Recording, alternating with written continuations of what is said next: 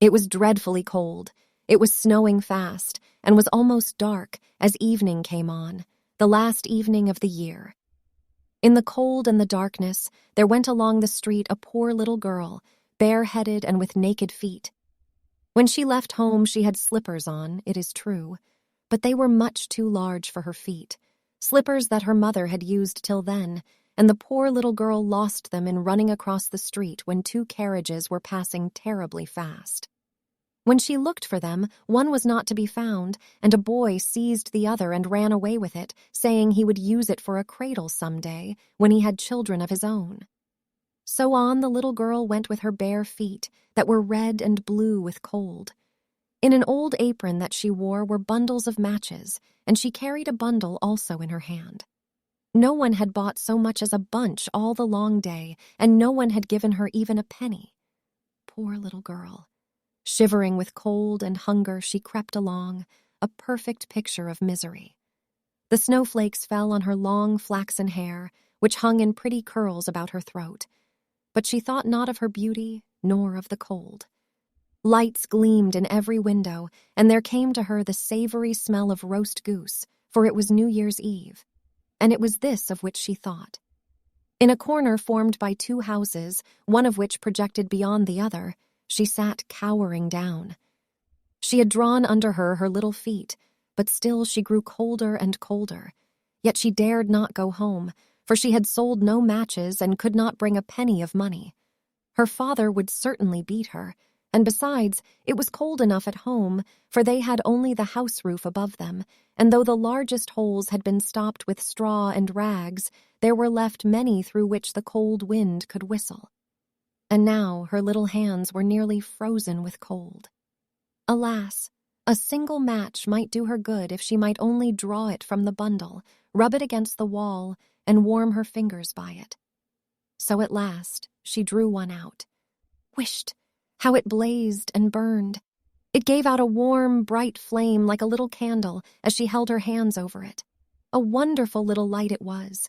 It really seemed to the little girl as if she sat before a great iron stove with polished brass feet and brass shovel and tongs.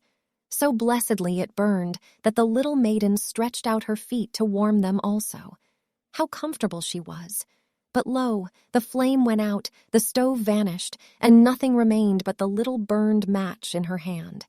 She rubbed another match against the wall.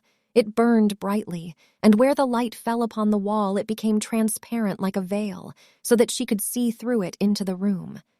A snow-white cloth was spread upon the table, on which was a beautiful china dinner service, while a roast goose, stuffed with apples and prunes, steamed famously and sent forth a most savory smell.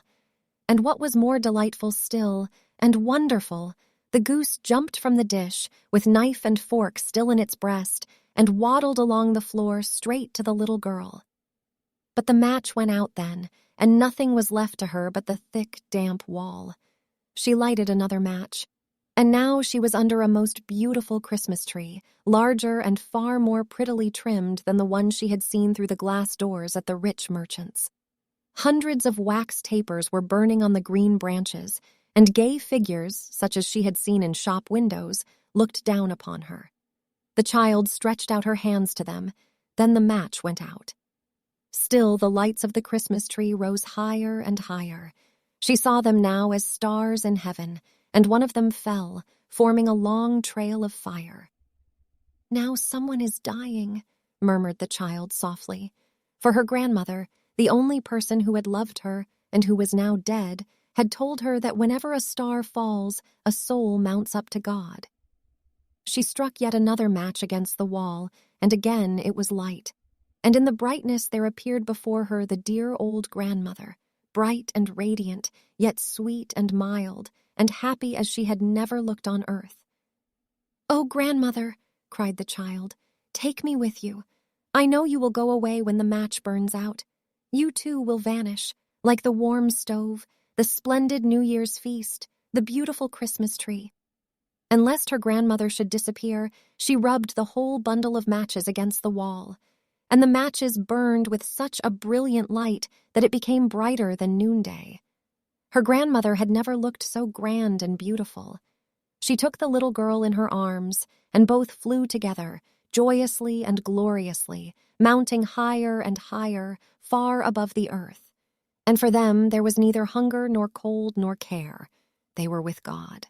But in the corner, at the dawn of day, sat the poor girl, leaning against the wall, with red cheeks and smiling mouth, frozen to death on the last evening of the old year.